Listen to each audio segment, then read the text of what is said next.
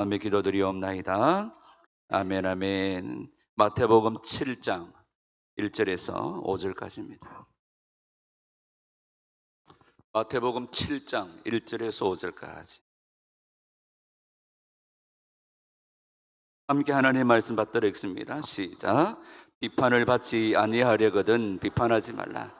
너희가 비판하는 그 비판으로 너희가 비판을 받을 것이요 너희가 헤아리는 그 헤아림으로 너희가 헤아림을 받을 것이니라.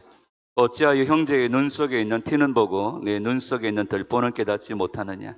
보라, 내 눈 속에 들보가 있는데 어찌하여 형제에게 말하기를 나로 네 눈 속에 있는 티를 빼게 하라 하겠느냐.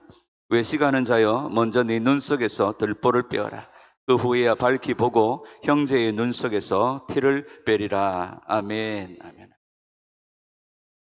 제가 한번 주중에 기도하시는 분들에게 이런 질문을 혹시 이거 아시냐고 물어봤는데 절반인 것 같아요. 우리 청년들은 아마 어르신들만.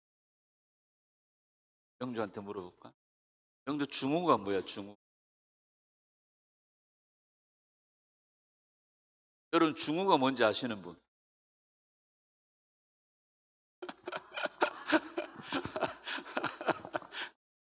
청년들은 지금 무슨 외국어를 하는 줄 알았어요. 여러분, 중우가 뭔지 아세요? 저희 어머니가 한 번씩 그럽니다. 저기 안방에, 큰 방에 가서 아버지 중우 가져온나 이러시거든요. 중우, 바지. 예. 주봉, 이거는 이제 일본 말이 이제 약간 변형된 주봉이고요. 중우 하면 사투리입니다. 바지입니다, 바지. 우리 청년들은 중우가 뭔지 몰라요. 이건수 집사님도 지금 알딸딸한 눈빛인데. 중우 가져온나. 우리는 뭐 어렸을 때 앉혀놓고 어르신들이 뭐 서당처럼 자 따라해라 중우 바지 이렇게 가르쳐 준 적은 없습니다. 근데 어른들이 자연스럽게 중우 가져온나 하면은 그게 바지인 줄 알았어요. 주봉 가져온나 주봉 스봉 그냥 자연스럽게 우리가 배운 거죠. 근데 몰라요. 중우가 뭔지 몰라요. 요즘 잘 안 써요. 시골에 가면 한 번씩 어르신들이 씁니다.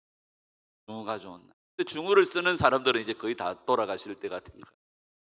이제는 뭐 거의 잘 쓰지를 않는 단어들이 되어져. 그렇다고 우리가 표준어를 쓰느냐? 그것도 아닙니다. 우리가 신앙생활을 할 때에도 마찬가지예요. 모르는 게 너무 많아요. 모르는 게 너무 많은데 그렇다고 아는 게 많으냐? 그것도 아니에요. 모르는 게 많으면 알려고 해야 되는데 그것도 아니에요. 모르는 게 많으면 알고자 하는 욕망이 생겨야 되는데 그것도 아니에요. 근데 참 신기한 건요. 모르는 게 너무 많은데 우리 너무 아는 척을 해요. 너무 아는 척을 해요. 이게 문제입니다. 우리가 신앙생활하면서 우리가 계속적으로 그리스도의 신부가 되어져 가야 되고 단장된 삶을 살아가야 되는데 우리가 사람들을 만나면 그런 얘기들을 합니다. 나는 딱 척 보면 그 사람이 어떤 사람인지 안다고. 그 사람은 자기 자신도 몰라요. 우리 척 보면 알아. 제가 한 번씩 그런 얘기합니다. 교회밥을 먹다 보니까 제일 많이 발달한 게 뭐냐 하면 눈치예요. 눈치가 늘어가지고 대충 하면 저 사람은 이럴 것 같아. 뭐 이런 생각들이 많이 있어요. 직업병인 것 같아요.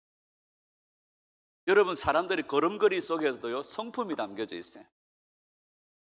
성품이 담겨져 있어요. 그 사람 걷는 걸 한번 잘 보세요. 그 사람의 걸음걸이 속에요 성품이 있어요. 여러분, 코로나 시기에 마스크를 딱 끼고 다니면서 사람들 눈만 보이잖아요. 사람들은 자기를 다 가렸다고 생각하지만 그 사람의 눈 속에요 성격이나 그 사람의 성향이나 그 사람이 어떤 사람인지 눈을 보면 보여요. 요즘 젊은이들 눈을 보면 허리멍텅해요. 반짝반짝 빛이 안 나요. 근데 제가 얼마 전에 진짜 맑은 눈을 봤어요. 마스크를 끼면 대충 그 사람의 눈의 성격이나 표정이나 그 사람의 마음의 상태들이 보이는데 최근에 어느 교회의 찬양팀의 선자매가요 마스크를 끼고 이렇게 찬양을 하는데 진짜 눈이 맑고 깨끗한 거예요. 제가 태어나서 그런 눈을 처음 본 것 같아요. 두 번째구나. 집 사람을 볼 때. 두 번째. 사람들은요, 눈을 보면 그 사람의 마음의 속 사람들이 보여져요. 아무리 여기 밑을 가려도요, 여기 눈에 보면 다 보여요. 그 사람의 걸음걸이를 보면요, 성격이 나와요. 성격이 급한 사람들 보세요. 느긋하게 걷는 법이 없어요. 어떤 사람들 팔자로 탁탁탁 팔자로 걸어가는 사람들 보면 그 팔자 걸음 속에요, 성격들이 다 있어요. 그러니까 우리는 우리의 속 사람을요, 어떻게든지 숨길 수가 없어요. 여러분들이 지금 심한 표현으로 가식적인 표정으로 여러분들이 웃고 있지만 이게 숨겨진 그 웃음 속에요, 여러분들의 그 감춰진 속마음들이 다 드러나요. 사람들을 만나서 손을 잡고 악수를 하다 보면 반갑게 막 악수를 합니다. 근데 손을 딱 잡아보면 이 사람이 진심인지 전심인지 아닌지가 드러나요. 손만 딱 잡아도요. 여러분들도 느끼잖아요. 저만 그런 게 아니라. 그러니까 우리는 알게 모르게 나는 그렇지 않다라고 생각하는데 우리 삶 속에서요, 우리 속에 생각들이나 마음에 품은 것들이 다 드러나게 되어져요. 이걸 잘 숨기고 이걸 잘 포장하고, 저 사람은 참 눈을 봐도 걸음걸이를 봐도 말을 봐도 저 사람은 속내를 잘 모르겠어. 이런 사람들의 특징이 뭐냐면 주로 9시 뉴스에 많이 나와요. 사기꾼들. 전혀 이 사람은 속내를 잘 모르겠고 헷갈려. 이 사람이 진심인지 거짓인지 헷갈려. 이런 사람들의 특징이 9시 뉴스에 많이 듭니다. 사람들을 잘 속이는 사기꾼들. 근데 거의 대부분 그 사람의 아마 그 속마음이라 숨은 생각들이 다 드러나요. 오늘 우리가 얘기하려고 하는 것은 우리가 안다고 생각하는 모든 것들이요, 많이 틀렸어요. 나는 지금까지 이게 맞다라고 생각했는데 많이 틀렸어요. 2009년 7월 달에 제가 부산으로 이사를 왔습니다. 거의 만 15년을 향하여 달려가고 있어요. 제가 이 만 15년의 시간을 지나면서요, 제가 살아오면서 겪었던 많은 신앙 체계들이요, 다 무너져 버렸어요. 다시 세워지고요. 지금도요, 내가 안다고 생각했던 많은 부분들이요, 아니었다라는 생각들이 들어요.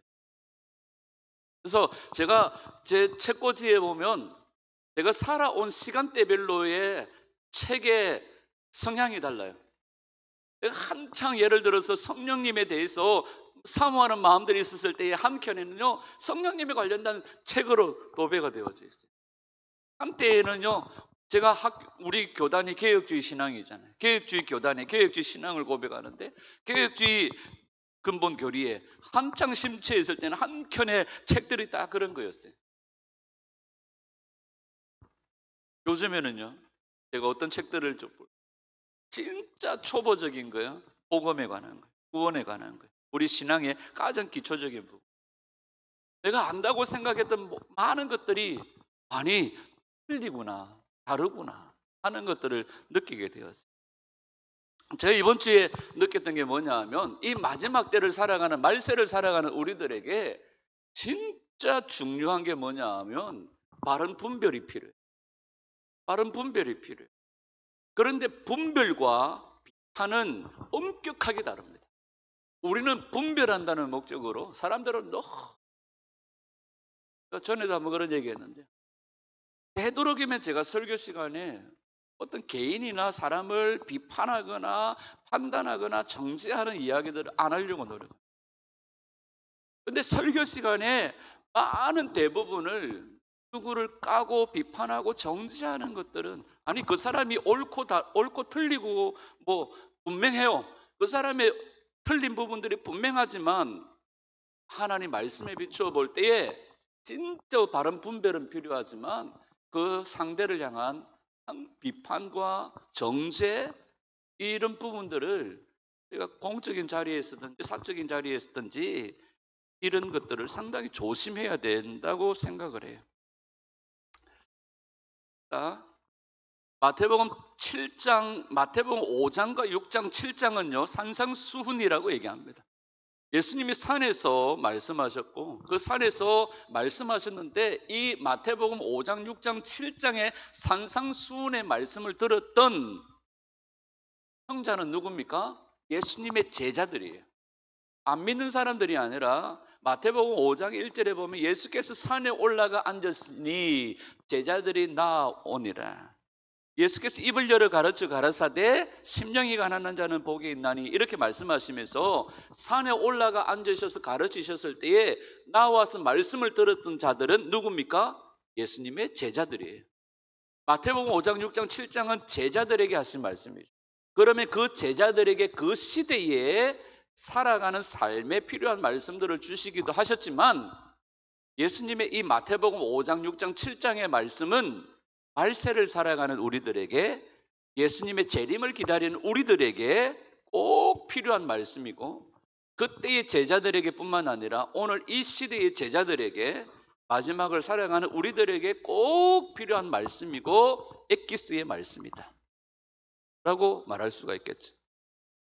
그 마태복음 7장의 마지막 결론이 뭐냐 하면, 마지막 결론이 뭡니까? 듣고 순종하는 자가 되라 라고 말씀하는 거죠. 순종하는 자는 뭡니까? 반석위에 집을 지은 것과 같다. 그러나 듣고 살아내지 않는 자들은 모래 위에 집을 지은 자처럼 되어진다. 바람이 불고 창수가 일어날 때에 하나님의 말씀을 듣고 행하지 아니하는 자는 모래 위에 집을 지은 사람 같아서 다 무너져 버린다. 그러나 하나님의 말씀을 듣고 행하는 자는 반석 위에 집을 지은 자 같아서 바람이 불고 창수가 일어나도 무너지지 않는다. 이게 마태복음 5장, 6장, 7장의 결론이에요.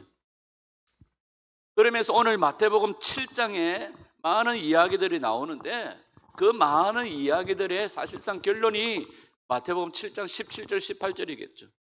같이 읽습니다. 시작.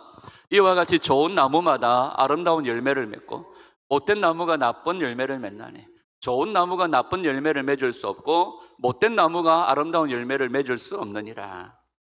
19절 20절 시작. 아름다운 열매를 맺지 아니하는 나무마다 지켜 불에 던져지느니라.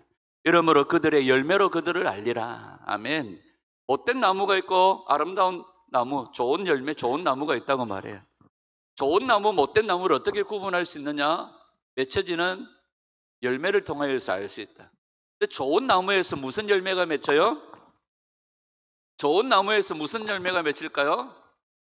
좋은 열매가 아니고 아름다운 열매가 맺힌다고 말해요. 못된 나무는 무슨 열매를 맺어요? 나쁜 열매를 맺는다고 말합니다. 여러분, 우리는 좋은 나무입니까? 못된 나무입니까?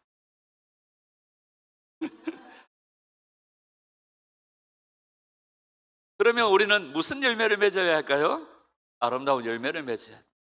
그 사람의 열매를 통하여서 그 사람이 좋은 나무인지 못된 나무인지를 알 수 있다고 말해요. 여러분, 저도 어렸을 때 집에 밤나무가 있고 감나무가 있었거든요. 감나무는요, 크게 사실 손이 많이 안 가더라고요. 밤나무는요, 손이 엄청 많이 가더라고요. 요즘은 그렇지? 안 그런가요?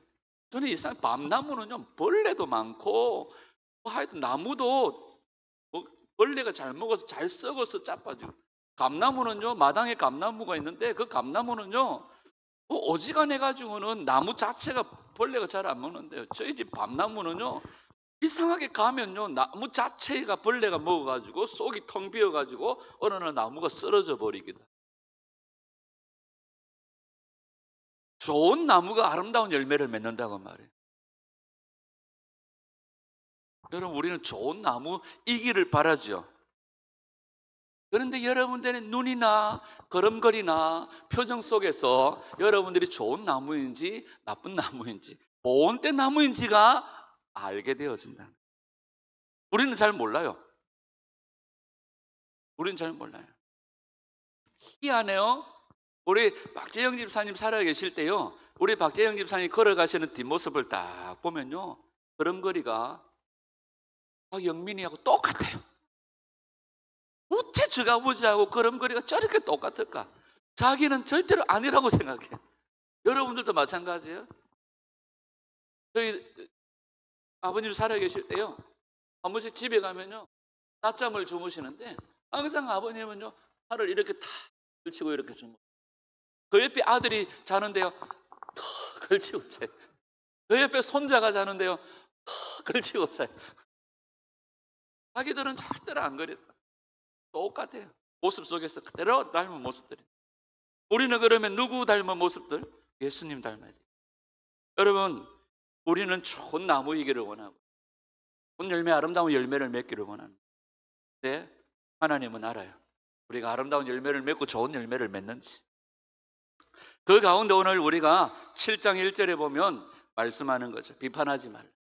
이걸 통하여서 우리가 좋은 나무인지 나쁜 열매인지 우리가 알게 되어진다는 겁니다. 제가 어저께 두 편의 설교를 들었는데요. 이 두 편의 설교를 먼저 소개를 좀 해드리고 우리가 오늘 말씀들을 한번 살펴보았으면 좋겠습니다. 우리가 언젠가는요, 우리가 다 주님 앞에 서게 될 것입니다.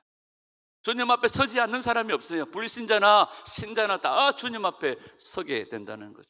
그 중에 많은 사람들이 착각하는 게 뭐냐 하면 나 자신은 다 천국에 들어갈 거라고 생각합니다. 그런데 그 주님 앞에 섰을 때에 너는 지옥행이야. 너는 왼쪽, 어떤 사람들은 오른쪽 판단받게 돼요.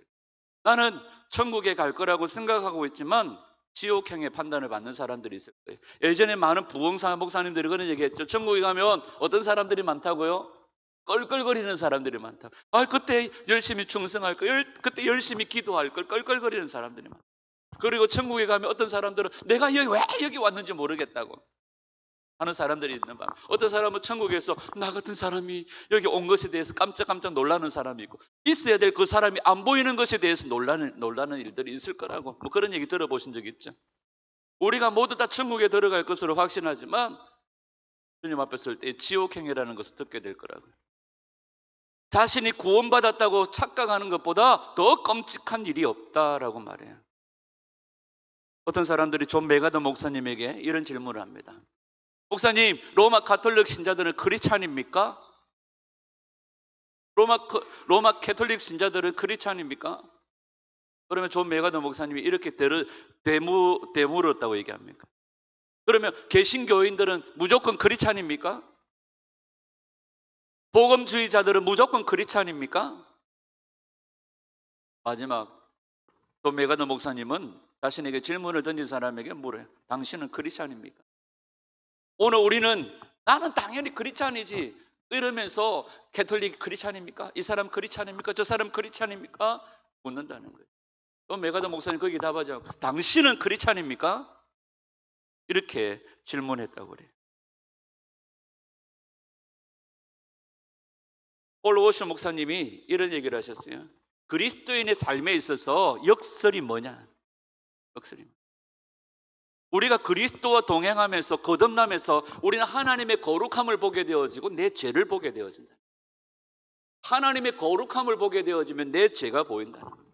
그래서 내 심령은 가난해지고 나는 그리스도를 필요로 하게 되어진다는 거죠. 이 상한 심령은 절망적인 것이 아니라 나의 필요를 채우시는 그리스도를 보기 때문에 내 안에 있는 슬픔이 기쁨이 되어진다는 거예요.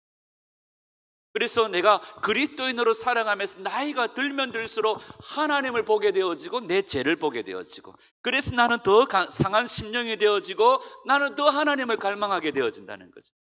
이게 그리스도인들이 삶 속에서 경험하게 되어지는 역설이라고 얘기합니다. 내 마음이 더 깨지면 깨질수록 그리스도를 보게 되어지고 내 기쁨은 더 커진다. 이게 그리스도인의 역설이라고 폴 워셔 목사님이 얘기를 하세요.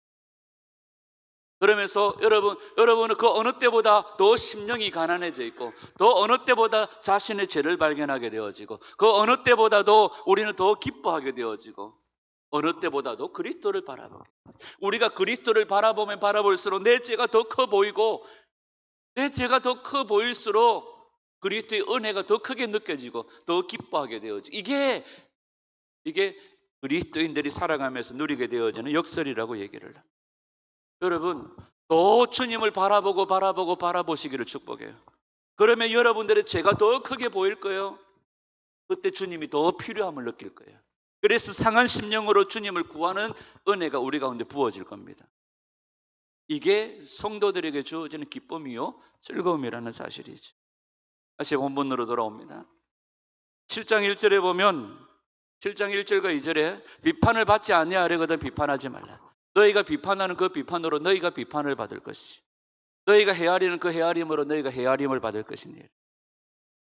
여러분, 유대인들의 사회에서는요, 만연한 악습 중에 하나가 뭐냐 하면 형식적으로 율법으로 사람들을 비판하고 이웃을 정죄하는 거예요. 유대인들이 가지고 있는 장점이 뭡니까? 하나님께로부터 말씀을 받았다는 거예요. 이 말씀을 받았다고 자부심을 가지고 살아요. 그리고 이 말씀을 가지고 사람들을 비판하고, 너는 왜 금식 안 해? 너는 왜 구제 안 해? 너는 왜 기도 안 해? 너는 왜 이거 안 해? 이러면서 율법으로 사람들을 비판하고 정죄하는 것이 유대인들 사회 안에 있는 아주 만연한 악습 중에 하나예요. 여러분, 이번에 이스라엘과 하마스의 테러를 때려잡는 이 전쟁 앞에서요, 이스라엘에 가면 여기다가 이렇게 까만 모자를 쓰고 까만 두꺼운 옷을 입고 정통 유대인이라고 그러죠. 이 사람들 하레디라고 그럽니다. 이 사람들 하레디라고 그러는데, 이 사람들 하루 종일 하는 일은 뭐냐 하면 율법을 연구하고 율법을 읽고 묵상하면서 통곡예배에서 기도하고 이런 일들을. 이 사람들이 하레디예요. 이 사람들 군대를 안 가요. 군대를 안 갑니다. 그리고 이 사람들은요, 일을 안 해요. 돈을 안 벌어요. 여자들이 벌어주는 돈으로 생활을 하고 나라에서 나오는 지원금으로 살아갑니다. 그래서 이 사람들은 하루 종일 앉아가지고 성경을 행복하겠죠? 여자들이 벌어다 주는 돈으로 남자들 태경이 행복할 것 같지? 근데 이 하레디 때문에 이스라엘이 사실 골치예요. 그래서 정부가 계속해서 국회가 바뀔 때마다 이 하레디, 이 정통 유대인들에게 지원하는 지원금들을 끊어야 된다. 이 사람들도 군대를 보내야 된다. 이런 문제들 때문에 막 계속해서 문제가 일어나고 있죠. 근데 이번에 하마스하고 전쟁이 일어나면서 문제가 뭐냐 하면 이 군대도 안 가는 이 사람들이요, 2,000명 정도가 군대 지원을 했어요. 우리도 싸우겠다. 그런데 이스라엘의 군대가 걱정에 빠졌어요. 지금 만약에 대한민국에 김정은이가 저 서울의 파주에다가 미사일 하나를 발사했다고 생각해 보세요. 그러면 우리 태경이가 목사님, 제가 이 나라를 위해서 지원하겠습니다. 이러면 신은식 국방장관이요, 골치예요. 총을 잡아본 적 없어요. 군대 근처에도 안 가봤어요. 군인이 뭔지도 몰라요. 어떻게 걷는지도 몰라요. 이런 아들이 2,000명이 군대 들어왔다고 생각해 보세요. 아니, 지금은 치열하게 막 싸워야 되는데, 지금은 치열하게 막 전쟁해야 되는데, 야들 훈련시키다가 보면, 야들 교육시키다가 보면 전쟁이 안 되는 거예요. 그래서 이스라엘 군대가 지금 이 2,000명을 어떻게 할까? 차라리 군대에서 제대를 한 제대 군인들이 예비군으로 지원하는 거야. 이 사람들은 몇 번 총만 잡혀줘도 싸울 줄 알아요. 평생 한번 총 한 번 잡아본 적 없는 이 군인도 아니죠. 이 사람들에게 훈련시키고 연습시키다 보면 전쟁 다 끝나버리는 거예요. 여러분, 우리 성도는요, 교회는요, 전투 중에 있습니다. 성도는요, 준비되어져야 돼요. 성도가 맨날 묵고 앉아가지고 아무것도 안 하고 있으면 이 마지막 전쟁을 이겨낼 수가 없다고요. 그들이 앉아가지고 하는 일이 뭡니까? 비판하고 정죄하고 판단하는 거예요. 율법에 이렇게 돼 있는데 왜 너희들은 이렇게 안 하냐? 너희 이런 일만 하고 있는 거죠. 이 사람들이 골칫거리가 되어져 버려요. 여러분, 오늘 7장 1절에서 나오는 이 비판이라고 하는 것은 단순히 옳고 그름을 구별하고 판단하는 그 의미를 말하지 않습니다. 여기서 말하는 이 너희는 비판하지 말라, 이 말은 세번역 성경에 보면 심판이라고 말해요. 너희는 심판하지 말라, 이런 얘기입니다. 다시 말하면 하나님의 자리에 앉아서, 하나님의 위치에 앉아서 다른 사람들을 정죄하는 것을 얘기해요. 마치 하나님이 심판대 보좌에 앉아서 사람들을 심판하는 것처럼 하나님의 위치에 앉아서 사람들을 정죄하고 판단하고 심판하는 것을 얘기하는 거죠. 그래서 오늘 본문에 비판하는 사람들이 가져야 될 두 가지를 얘기하는데, 여러분, 비판은요, 악이에요. 여러분, 분별과 비판은 완전히 구분되어져야 됩니다. 분별과 비판은요, 그 기준이 달라요. 구분되어져야 돼요. 여기서 말하는 비판은 심판이라고 말합니다. 하나님의 위치에 앉아서 다른 사람들을 정죄하는 것을. 그래서 비판하는 사람은 두 가지를 기억해야 된다고 말합니다. 남의 눈 속에 있는 티를 빼내기에 앞서 자신의 눈에 있는 뭘 빼내라? 들보를 빼내라. 여러분, 이 티라고 하는 것은요, 가시나 어떤 작은 알맹이를 얘기합니다. 우리가 그냥 지나가다가 바람이 훅 불었는데 먼지가 들어가고 눈이, 이건 영어로는 표현이 안 되는데요. 영어로는 표현이 안 돼요. 세계 어떤 언어로도 표현이 안 돼요. 길을 가다가 바람이 불어가지고 갑자기 눈에 먼지가 들어갔어요. 그때 눈이 어때요, 여러분? 서울 사람들도 이 표현을 잘 모르. 머들머들해. 이게 어떤 느낌인지는 모르지만 눈에 자그마한 알갱이가 들어가면 눈이 머들머들해요. 어떤 배우가요. 배우가 아니죠. 어떤 아이돌이 양산 출신인데요. 서울에서 막 활동을 하다가 갑자기 손목이나 팔목이나 이 근육에 너무 힘을 써가지고 병원에 갔더니 선생님이 묻더래요. 팔이 좀 어때요? 이랬더니 예, 팔이 우리해요. 이랬더니 우리해요. 이랬더니 서울 의사가 예? 뭐라고 다시 한번 설명. 우리해요. 이랬더니 못 알아듣더래요. 우리는 그냥 우리하다 하면 어떤 느낌인지 아시죠? 눈이 머들머들하다 하면 무슨 느낌인지 아시죠? 여러분, 작은 알갱이 같은 가시 같은 것들이 눈에 들어오면 눈이 약간 좀 불편한 정도잖아요. 근데 티는 그런 거예요. 들보는 뭐예요? 건물을 받치는 나무 기둥이에요. 뭐 대들보라고도 말, 대들보. 여러분, 당시 종교 지도자들은요, 율법과 계명에 지극히 아주 사소한 그런 티 같은 것들을 어긴 자들을 찾아가죠. 그 사람들을 정죄하는 거예요. 근데 실상 자기들은요, 뭐 한다는 거예요? 더 심각한 오류들을 가지고 있다는 거예요. 그걸 알지 못한다는 거죠. 두 번째, 비판하는 사람이 기억해야 될 것이 뭐냐? 누군가를 비판하는 그 일은 결코 그 입에서 끝이 나지 않고 자기에게로 돌아오게 되어져 있다는 사실이죠.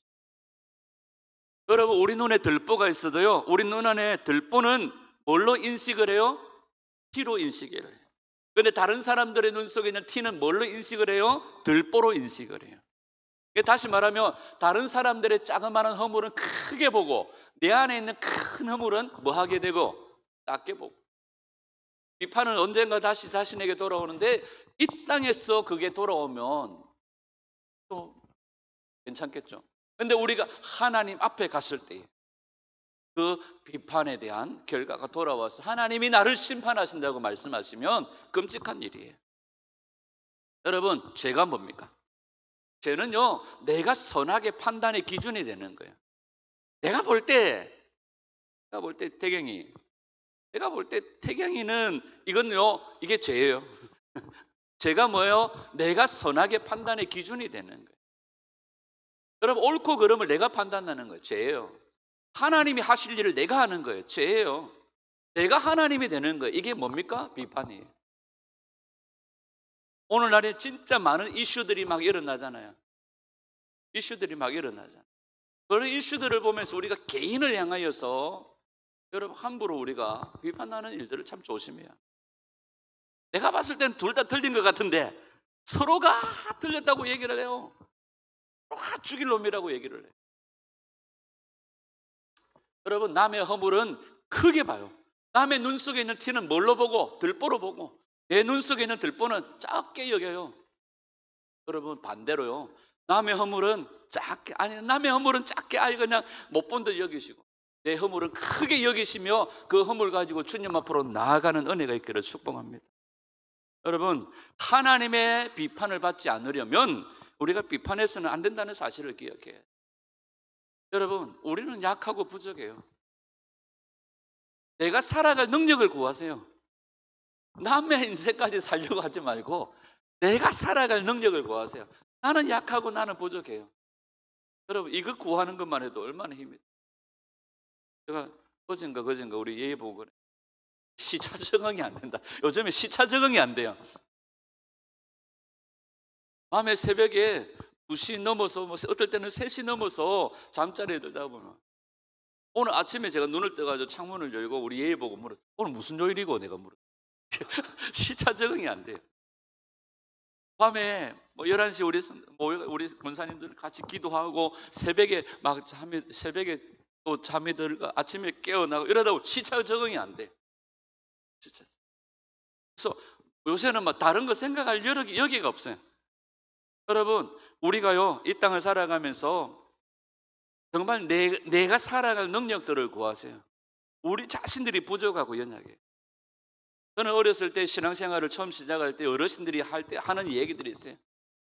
하나님의 은혜를 크게 받고 나면 항상 입 조심해라. 예전에는 기도원 집회를 가면 월요일 날 오후에 올라가면 토요일 날 오전에 내려왔어요. 토요일 날 오전에 내려오면 산에서 내려올 때마다 항상 어머니나 항상 성도님들이 얘기했어요. 집회를 통해서 받은 은혜 한 방에 쏟는다. 입 조심해라. 전부 다 산에서 내려올 때에 마치 무슨 묵은 수행하고 오신 분들처럼 이러고 산에서 내려왔어요. 진짜로요. 그 엄청난 은혜를 받고요, 말 한마디로 다 쏟아버리는 거예요. 우리가 예배드리고 기도하고 선교, 그 놀라운 하나님의 은혜를 경험하고 난 이후에 받은 은혜를 한순간에 날려버릴 때가 있습니다. 마귀가 주는 여러분 비판의 유혹에 빠지면 그렇게 되는 거예요. 여러분, 제가 뭐예요? 내가 선하게 판단의 기준이 되는 거예요. 옳고 그름을 내가 판단하는 거죠. 그럼 여기서 누군가가 질문을 하죠. 아니, 이성을 가진 사람이 그러면 비판을 안 할 수가 있습니까? 분별과 비판은 엄격하게 다르다. 요즘 날씨가 오락가락하죠. 지금 11월 달인데 제가 오늘 시작하는데 너무 더워가지고 지금 여기만 에어컨을 살짝 틀어놨어요. 더우신 분들은 이불을 뒤집어 쓰시고. 자, 요즘에 서면이나 길거리 가다 보면 청년들이요, 반바지를 입고 반팔티를 입고 막 다니는 사람들이 있어요. 추운 날에 두꺼운 옷을 입어야 되잖아요. 그죠? 추운 날에 두꺼운 옷을 입어야 되죠. 추운 날에 반팔을 입고 반바지를 입고 다녀요. 그러면 사람들이 자식이 추운 날에는 막 두꺼운 옷을 입어야지. 여기까지는 괜찮아요? 요즘 여자들이요, 아주 짧은, 요즘 내복인지 바지인지도 모르는 이런 옷을 입고 다녀요. 짧은 옷을 입고 다녀요. 예를 들어서 겨울에도 시원한 옷을 입고 다녀요. 그러면 다른 옷을 따뜻하게 입어야지 하는 것하고, 너는 이 추운 날에 그렇게 짧게 옷을 입고 머스마들 꼬시려고 자라나? 이건 뭐예요? 이거 다른 거예요. 이건 비판이에요. 여러분, 옳고 그름을요, 자기 기준에서 판단하면, 저는 우리 권사님들하고 낮에 기도할 때요, 저는 양말을 안 신어요. 요즘에는 우리 권사님들이 그냥 내놓은 사람으로 치고 우리 예의가 절 닮아가지고요, 밖에 갔다가 퇴근하고 오면 제일 먼저 하는 일이 양말 벗어 던지는 일. 왜? 손발에 땀이 많아가지고. 우리 김영욱 권사님은요, 손이 너무 말라가지고 손이 너무 건조해요. 저는 손이나 발에 땀이 많아요. 그래서 양말을 신고 있고 옷을 걸치고 있는 것들이 사실 많이 불편해요.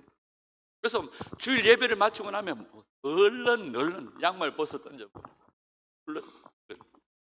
근데 아니 어떻게 당신은 말이야, 목사가 돼가지고 기도하는데 양말을 벗고. 그래서 시험 들까 싶어서 양말을 신고 나왔다가 내 자리에서 다시 벗어요. 다시 신기도 하고 이렇게 얘기해요. 네, 우리는 분별과 비판을 잘 판단해요. 내 기준에서 판단하는 거, 이거 조심해야 돼요. 이게 죄가 될 수 있습니다. 우리가 왜 비판합니까? 이중잣대 때문에. 남의 허물은 크게, 내 허물은 작게. 이게 이중잣대예요. 똑같은 기준 속에서 생각해요. 여러분, 그럼 반대로 겸손이 뭘까요? 겸손이 뭘까요? 아까 제가 말씀을 시작하면서 폴 오션 목사님의 말씀을 생각했죠. 우리가 겸손이 뭘까요? 나의 약함을 아는 거예요. 내가 죄인임을 아는 거예요. 내가 죄인임을 아는 거예요. 누가복음 18장에 보면 세리는요 고개를 못 들어요. 가슴을 칩니다. 주님, 나를 불쌍히 여기소서. 나는 죄인입니다. 이게 겸손이에요. 사람들 중에서요, 나는 척 보면 알아요. 태경이 딱 눈빛만 보면 나는 저 어떤 놈인지 알아요. 뭐 예를 들어서 이렇게 얘기하는. 인간은 척 보면 모릅니다. 인간 척 보면 몰라요. 우리 정규 보세요. 제가 딱 척 보면 알아요. 우리 정규의 그 모습을 딱 보면서 사람들이 뭐 척 보면 알거든. 안 씻고 막 더럽게 초접게. 근데요 제가요 자를 보면서 신기했던 게 있어요. 우리가 보는 그 모습하고 달라요. 어찌나 시스되는지. 사실 시스도 크게 표는 안다는데요. 엄청나게. 그러니까 우리가 보는 것하고요 너무 다르다는 거예요. 인간은 척 보면 모릅니다. 인간은 내가 보는 것하고 많이 달라요. 여러분, 안다고 하는 것은 자기가 하나님이라는 거예요. 야, 나 척 보면 알아. 이거 내 기준이고요. 내가 선악의 판단의 기준이 되는 거고요. 내가 하나님이라는 말이에요. 인간은 척 보면 몰라요. 우리 태경이가요 이번 주에 교회 나와가지고 혼자서요 예배를 드려요. 하나님 앞에 찬양을 하고 예배를 드려요. 척 보면 안 그렇게 생겼잖아요. 그러니까 인간은 척 보면 몰라요. 우리 은식이 오늘 휴가 나왔는데 보세요. 저렇게 앉아있으면 딱 보면 알겠다. 척 보면 알겠잖아요.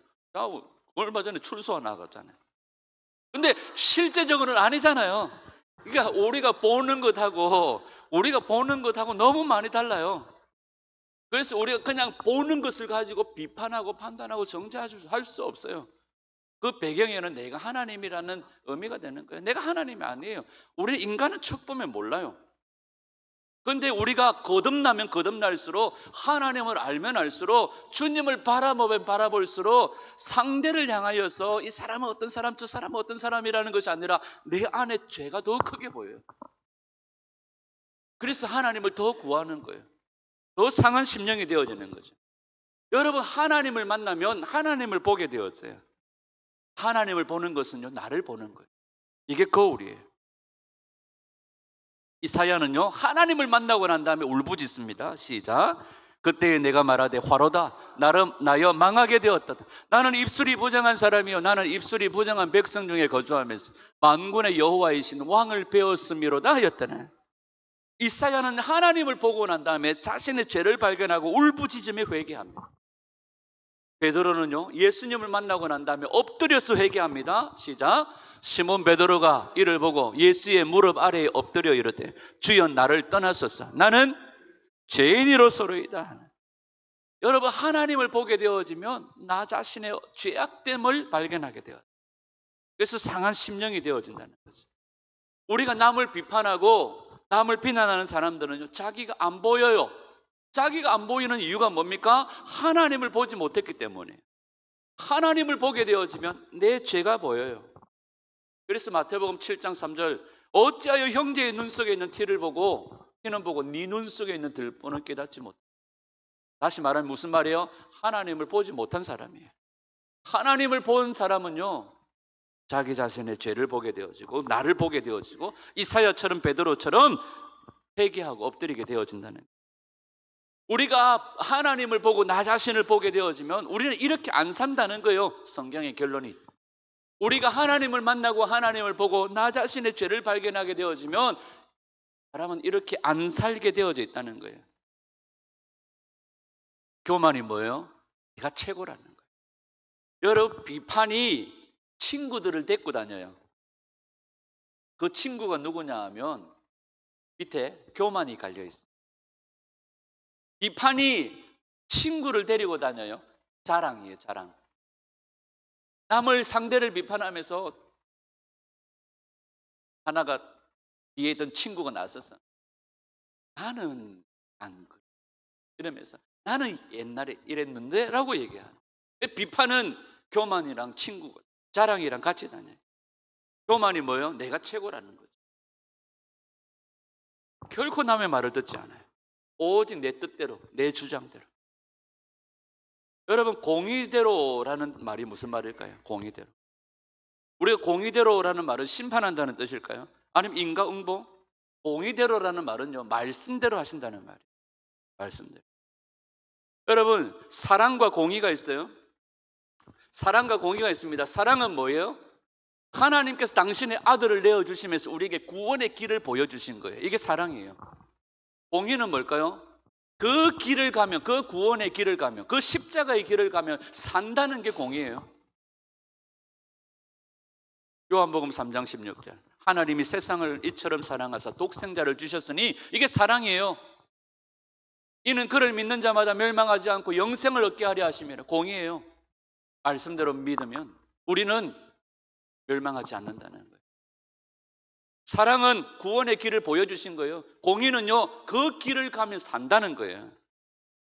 사랑하셨기 때문에 하나님은 우리에게 독생자를 주셨어요. 구원의 길을 주신 거예요. 사랑은 언제나 주는 거예요. 여러분, 사랑을 아는 자는 구원의 길을 주시기 위해 십자가에 죽으신 예수님께 감사해요. 사랑을 아는 자는 감사해요. 나 같은 죄인을, 사랑을 아는 자는 감사해요. 나에게 어떻게 아들을 내어주십니까? 나에게 어떻게 당신의 모든 것 되시는 예수님을 주십니까? 라고 예수님의 십자가에 감사해요. 공의를 아는 자는요, 그 길을 믿음으로 굳건하게 걸어갑니다. 이게 사랑과 공의예요. 말씀을 알기 때문에. 그래서 우리는요, 예수님 없이는 사랑도 없고 공의도 없습니다. 예수님 없는 사랑에 감동받지 마세요. 드라마 보면서 찔찔거리고 감동받고 설교 시간에는 와서 자고 이러면 안 됩니다. 예수 없는 사랑에 감동받지 마세요. 예수 없는 공의에 속지 마시기를 축복합니다. 요즘에 자주 등장하는 말이 뭐예요? 인도적이에요. 저 북한이 인도적 차원에서의 지원을 해야 됩니다.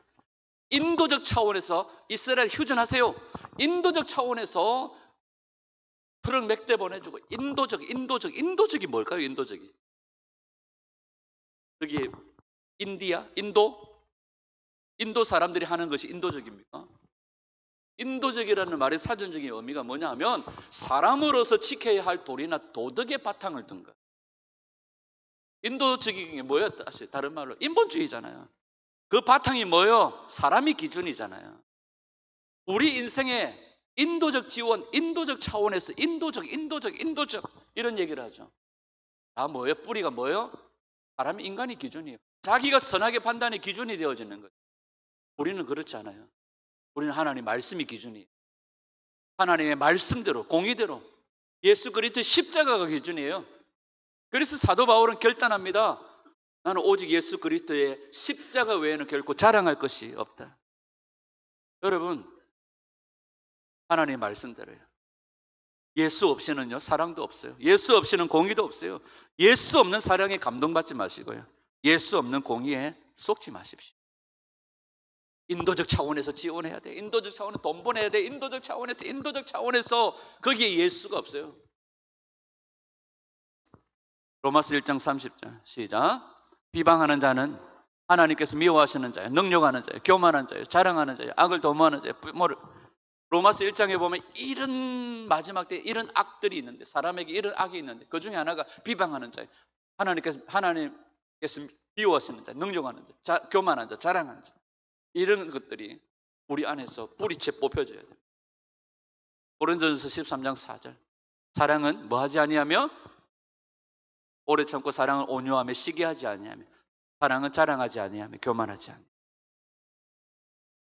다음은 1장 32절에 어리석은 자의 퇴보는 자기를 죽이며 미련한 자의 안일은 자기를 멸망시킨다.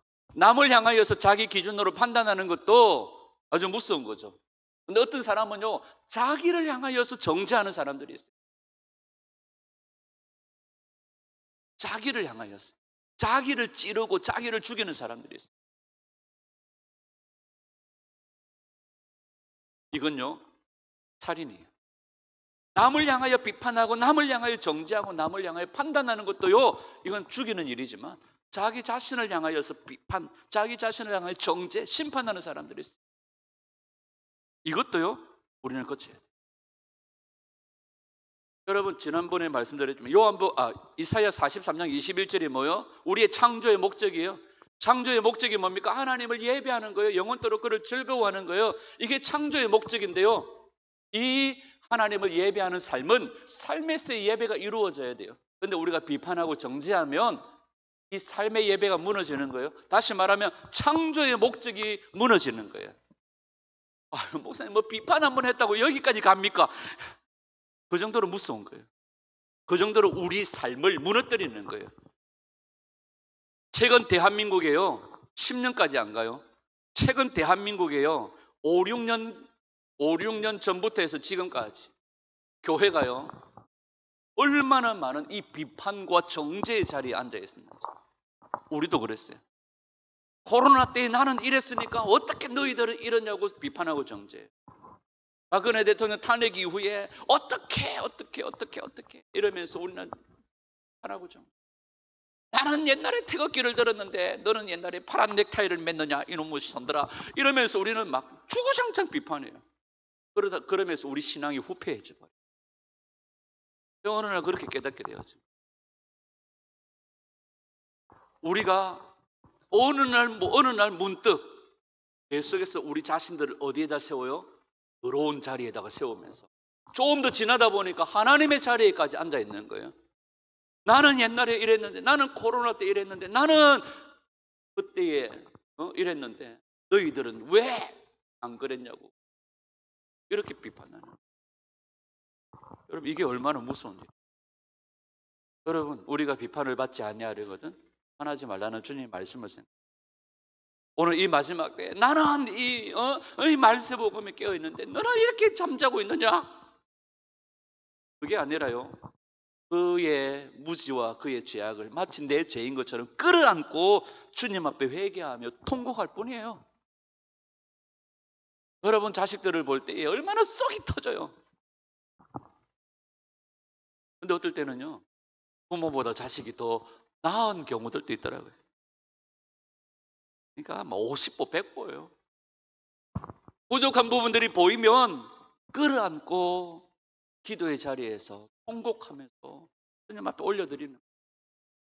여러분들이 저를 볼 때도 그렇잖아요. 떡이 터지잖아요. 걱정은 안 하시네. 썩이 터지잖아요. 어떻게 해요? 이게 주님 앞에 가지고 나아가는 아버지도 썩 터지시죠? 이러면서 이렇게 여러분 오늘 우리 자신들을 돌아보는 거울이 뭐예요? 말씀이 거울이에요. 거울이 뭐예요? 하나님이 거울이에요. 하나님을 만나면 하나님이 보여요. 하나님을 본 자는 이렇게 살지 않는다는 거예요. 하나님을 본 자는 내 죄를 보게 되어지고 하나님을 본 자는 그 죄로 애통하는 상한 심령으로 하나님을 바라보게 되어지는 이런 선순환을 하게 되어진다는 것을 여러분 하나님을 만나는 은혜가 있기를 축복합니다. 예수님 없는 사랑, 예수님 없는 공의에 속지 마시고 내 약함, 내 부족함 채워나갈 시간도 부족해요.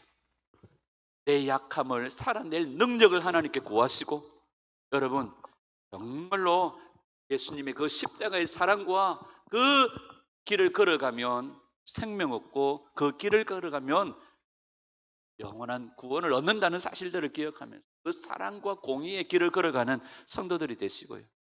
여러분 우리도 사랑 없는 울리는 꽹과리와 같은 말들을 쏟아내는 것이 아니라 예수님의 이 십자가의 사랑으로 바라보고 사랑하고 용서하고 채워주는 은혜가 있기를 원하고 그런 아름다운 공동체로 온전히 하나님께 영광 돌려드리는 그런 저와 여러분들이 될 수 있기를 예수님의 이름으로 축원합니다.